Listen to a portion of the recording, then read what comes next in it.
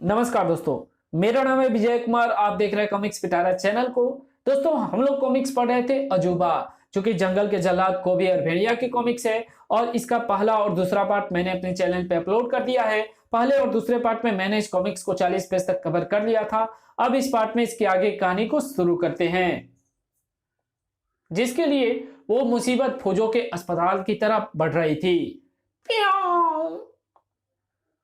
और वो मुसीबत अपने सामने आने वाली हर अड़चन, हर रुकावट को ध्वस्त करके अपनी मंजिल पर पहुंच जाना चाहती थी। लेकिन उसकी जो मंजिल थी वो फौजों की निगरानी में थी। और ये बात सारे जंगल में प्रसिद्ध है कि जो स्थान फौजों की निगरानी में होता है, उस स्थान तक हवाएं भी नहीं पहुंच सकती। उस फौजों की मर्जी के बिना जंगल का हर पशु पक्षी जिसके इशारे पर नाचता है। लेकिन इसका क्या किया जाए कि वो मुसीबत आज जंगल की हर कहावत, हर कथन को झूठा करने आई थी। और अब वो मुसीबत कोबी तक पहुंचने ही जा रही थी, क्योंकि अब उसे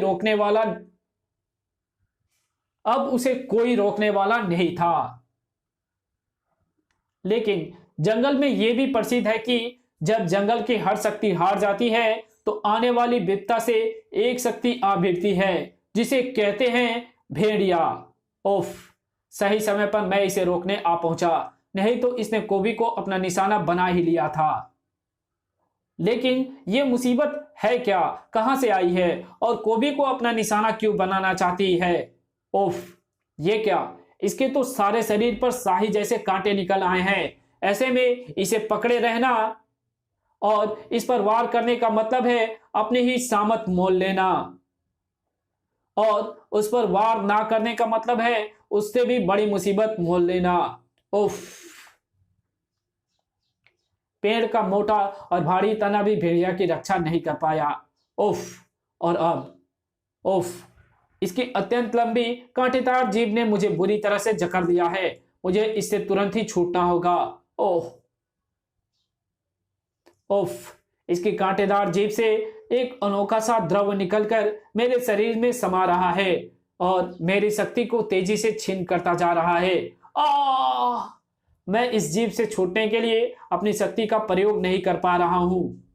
भेड़िया बुरी तरह फंस गया था और ये बात जेन समझ चुकी थी। मुझे भेड़िया की मदद करनी होगी।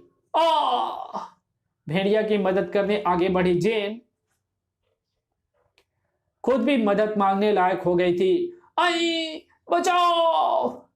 जेन हलक फाड़कर मदद को चीख रही थी, लेकिन अब उसे मदद मिलनी मुश्किल थी, क्योंकि उसकी मदद करने वाला एक उसके साथी उस मुसीबत के शिकंजे में फंसा था और दूसरा फंसने वाला था। आई! अचानक जेन पिघले शीशे की तरह कोबी के कानों में प्रवेश कर गई। जेन की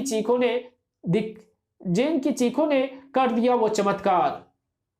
ये तो मेरी जेन की चीख है। किसने चिखवाया उसे? तूने, तेरी खैर नहीं। हे भेड़िया देवता, मदद! उस पुकार के साथ ही भेड़िया देवता की मदद कोबी तक पहुंची, उस गद्दा के रूप में, जो उस समय प्रलय का रूप धारण कर लेती है जब वो उस कोबी के हाथ में होती है। गुस्सा जिसे शैतान बना देता है। कोबी की गहरी नींद सही समय पर टूटी। कोबी के सामने यह मुसीबत नहीं ठहर पाएगी, क्योंकि कोबी को इसके कांटे रूपी वारों से कोई फर्क नहीं पड़ने वाला। उसके शरीर पर जो जख्म होंगे, उसकी कमर पेटी उन जख्मों को भर देगी। कोबी को तो अब वैसे भी अपने जख्मों की चिंता नहीं थी। उसे तो अब एक ही चिंता थी, उस मुसीबत को खत्म करने की जिसने उसकी जेन को जकड़ रखा था। और जल्द ही कोबी उसे समाप्त करने में सफल भी हुआ।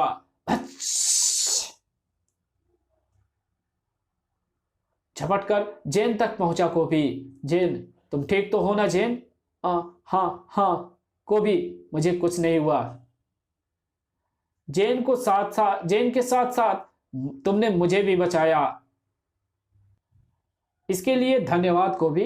तेरी किस्मत अच्छी थी जो तू जेन के साथ साथ ही उस मुसीबत के शिकंजे में कैद था, वरना मैं तुझे उस मुसीबत के मुंह में धकेल देता।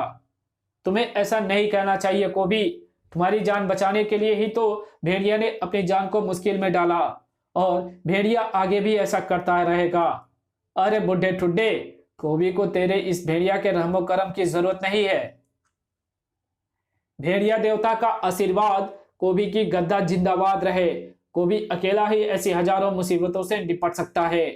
ये बात कोबी का दुश्मन भी समझ चुका था। कोबी को काबू में करना कोई साधारण बात नहीं है। वो बेहद शक्तिशाली और अद्भुत चमत्कारी शक्तियों का मालिक है। उसे काबू में करने का अब एक तरीका है, बुद्धि का प्रयोग किया जाए और उसकी चमत्कारी शक्तियों को खत्म करके उसे काबू में किया जाए। और उसके लिए मुझे पता करना होगा कि कोबी के चमत्कारी शक्तियों का स्रोत क्या है। यहां कोबी को बचाने की तैयारी की जा रही थी। संग्राम पहले खुद कोबी को लेने आया और फिर उसने अपने एक भयंकर प्राणी को यह काम करने भेजा। इसका मतलब साफ है फूजो बाबा कि संग्राम चुप नहीं बैठेगा। वो कोबी को काबू में करने का तीसरा प्रयास भी करेगा। बिल्कुल करेगा, और इस बार वो जबरदस्त तैयारी करके आएगा। फूजो बाबा, इस गंभीरता को अगर हम कोबी को समझाना भी चाहेंगे तो वो नहीं समझेगा। तो क्या किया जाए? मुझे कोबी को बचाने का एक रास्ता सूझा है फूजो बाबा, लेकिन उसके लिए आपको मेरे साथ बहरूपा कबीले चलना होगा। एक बात समझ में नहीं आई, कोबी तुम्हें अपना सबसे बड़ा दुश्मन मानता है, तुम्हें मार डालना चाहता है, जबकि तुम हो कि उसे बचाने के लिए मरे जा रहे हो। क्यों? कोबी मुझे लाख अपना दुश्मन समझता हो फूजो बाबा, लेकिन मैं उसे अपने शरीर का अंग समझता हूं, और अपने शरीर का अंग खराब भी हो जाए तब भी उसे बचाने की पूरी कोशिश की जाती है। मैं वही कोशिश कर रहा हूं। कोबी किसी दूसरे ही कोशिश करने में जुटा हुआ था। पूरे जंगल में यह अपनी किस्म का एक ही फूल है। बड़ी मुश्किल से मैंने इसे ढूंढा है। मैं इसे जेन को दूंगा तो वो बहुत खुश होगी।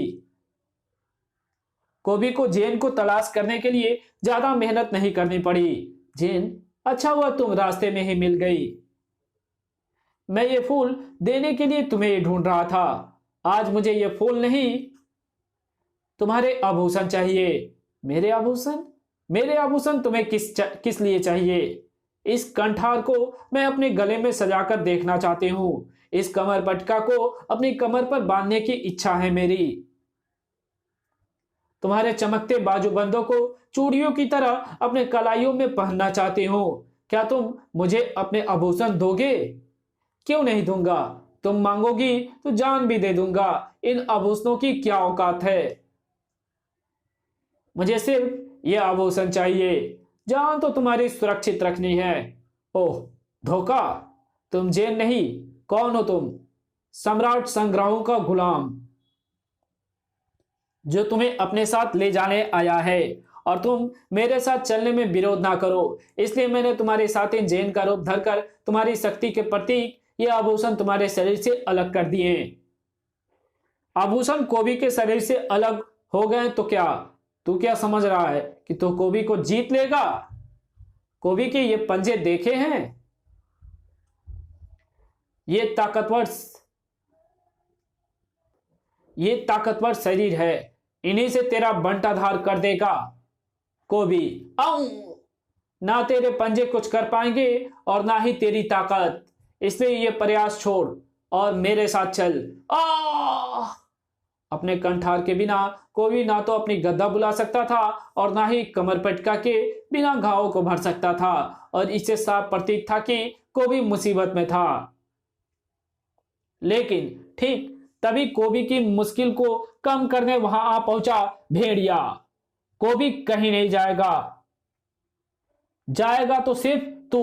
भड़ाक! और वो भी अपनी मृत्यु देवता के पास। उफ! तेरी कोई भी कोशिश मुझे इसे ले जाने से नहीं रोक सकती कीने, इसलिए हट जा मेरे रास्ते से। ओह! नहीं हटूंगा जब तक दम में दम है। उफ! दम तो तेरा मेरे इसी वार से निकल जाएगा। भेड़िया की छाती पर हुए उस वार में सिर्फ भेड़िया को ही नहीं बल्कि उसके पीछे मौजूद कोबी को भी उछाला और पीछे मौजूद कीचड़ से भरे तालाब में ले जा फेंका। कुछ क्षणों तक कीचड़ में अजीब सी हलचल मचती रही और फिर जल्दी सब कुछ शांत हो गया। अब कीचड़ के उस तालाब में कीचड़ से सने कोबी के सिवा कुछ नजर नहीं आ रहा था। मेरे वार से उसने तड़प तड़प कर अपनी जान दे दी। जरूर उसकी लाश को कीचड़ ने ले लिया है। अब मेरे इस शिकार को ले जाने से मुझे कोई नहीं रोक सकता। जल्दी पा लिया, आखिर मैंने पा ही लिया। तुझे समस्त ब्रह्मांड में जो सबसे दुर्लभ है, सातों आकाश गंगा में मुझे तेरे जोड़ का कोई भी प्राणी नहीं मिला।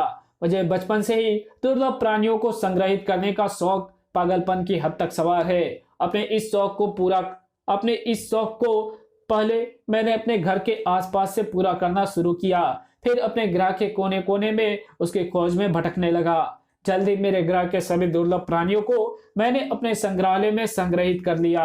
तब मैंने अपने शौक को पूरा करने के लिए संपूर्ण ब्रह्मांड में निकलने का फैसला कर लिया। इस यान में दुर्लभ प्राणियों को संग्रहित करने के लिए मैंने किसी भी तरह ना टूटने वाले इन विशेष केबिनों का निर्माण किया है।